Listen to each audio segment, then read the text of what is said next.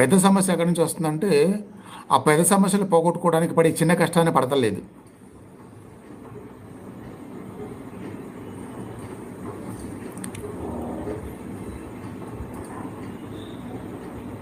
మార్గాలు లేవని కాదు, ఆ మార్గాలు తెలియటానికి ఒకసారి కొంచెం టైం పడుద్ది.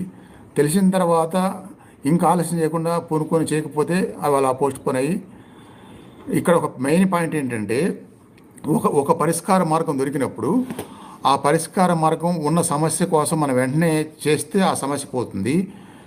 వెంటనే చేయకుండా ఆ సమస్య యొక్క స్థాయి బాగా పెరిగిపోతే కనుక, ఆ సమస్య యొక్క స్థాయి బాగా పెరిగిపోతే ముందున్న ఆ సమస్యకి ఏ పరిష్కారం చేస్తే పోయిద్ది అనుకుంటున్నామో కొంతకాలానికి ఆ పరిష్కారానికి సంబంధించిన రెమెడీ చేసినా సరే పోదు.